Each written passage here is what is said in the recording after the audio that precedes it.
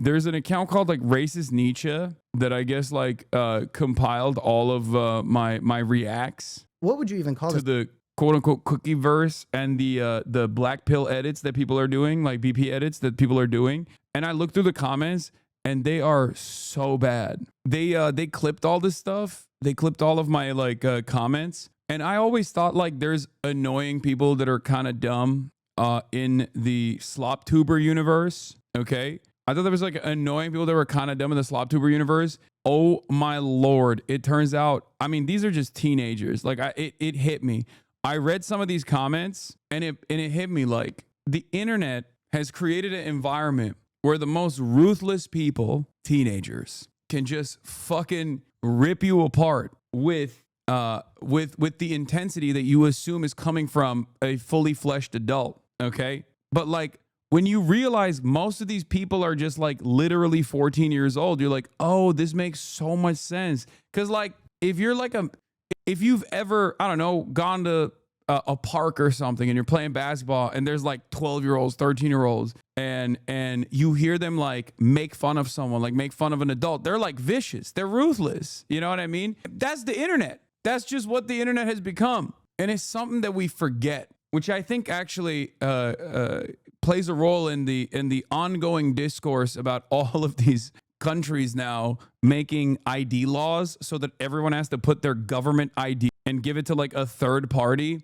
so they can just like log on to Spotify or whatever, which I'm going to talk about today because it's fucking crazy. But one of the things that's really funny is like these guys don't realize that the edit stuff that is now on TikTok that has become more mainstream started on the bodybuilding forums many, many decades prior when these guys were basically protein in their father's ball sack. You know what I mean? Like when these children who are probably like 14, 15, 16, when they were literally like not alive, that's when it actually originally started. And this is something that I've been obviously familiar with. And anyway, they're very mad and they don't understand like my commentary on this stuff. And they're like, this guy's an idiot. Like, he doesn't get it. He doesn't get like BP edits. I can't be the only one that doesn't like how it's fallen down the alt-right pipeline. The cookie verse was better when it wasn't political. Bro, BP was alt-right before it was ever cookie verse. Exactly. It was. And I think a lot of people don't fully comprehend that like the BP edit stuff, which is black pill edits, for those of you who don't know. And black pill is like when you...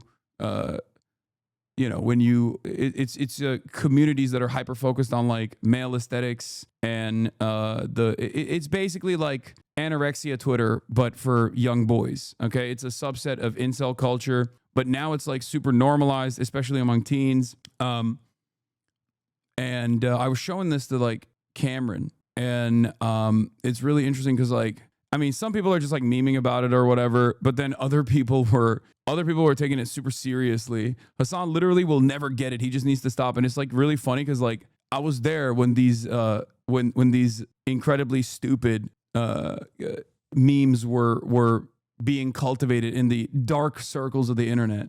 Peak relevant TikTok of how 14-year-olds. If I'm on the street on like a Friday at 3 p.m. and I see a group of 8th graders on one side of the street, I will cross to the other side of the street because 8th graders will make fun of you, but in an accurate way. They will get to the thing that you don't like about you. They don't even need to look at you for long. They'll just be like, ha, ha, ha, ha, ha, ha, ha, ha, ha, ha. Hey, look at that high-waisted man. He got feminine hips. And I'm like, no, that's the thing I'm sensitive about. Yeah, I mean, basically. But you know what's crazy? It makes so much. Yeah, Wisdom also clocked it too. A lot of people are starting to notice it as well, because I think it's like gaining more prominence. But there's a literal BP guy called Syrian Psycho. He's very pro-Palestine. No, I know.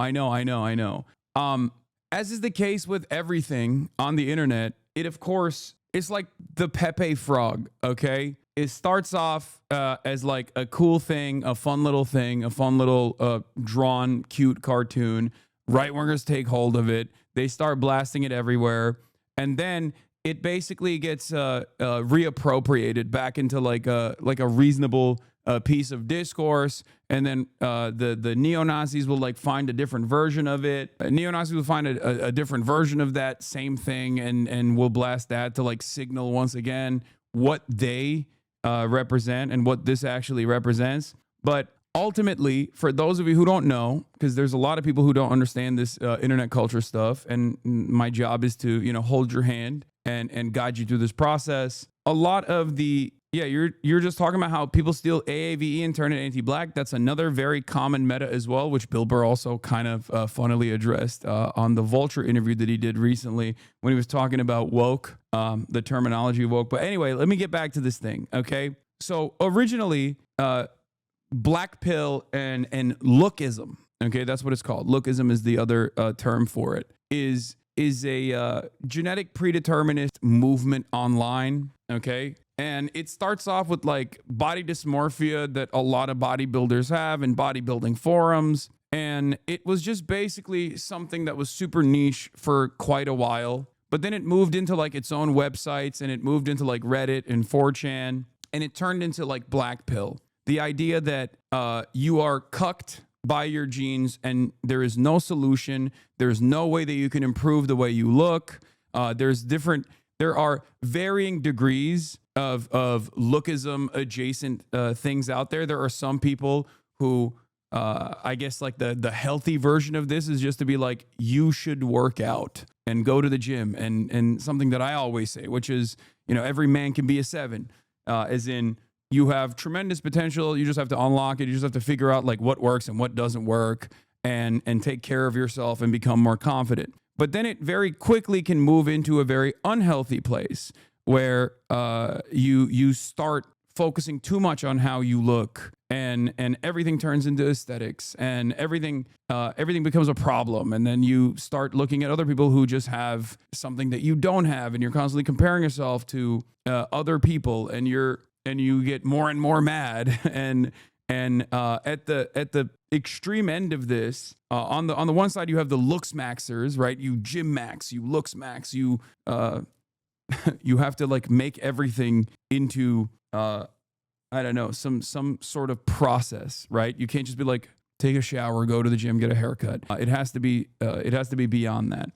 You have to gamify it, exactly. But basically, on the scary tail end of this, you have you have people who spend a good deal of time talking about how impossible it is for them to actually make changes in themselves because they're just cucked by their genes. There's nothing they can do. There's no way to overcome their genetic predetermined slot. Okay. So for that reason, it's understandable that this is a very right-wing attitude. It's a very reactionary attitude to have. The notion that like you are not capable of changing, and that your looks are all that matters. And it is just like a eugenics adjacent, if not a directly eugenicist movement, right? The thing is, a lot of people start off with memes and it's not supposed to be that serious, and then move into a scarier and scarier community. Okay. They find themselves captivated by this kind of thing. And eventually those memes, just like a term that you would use ironically, turns into something that you use unironically. Eventually those memes become like a thing that you legitimately believe.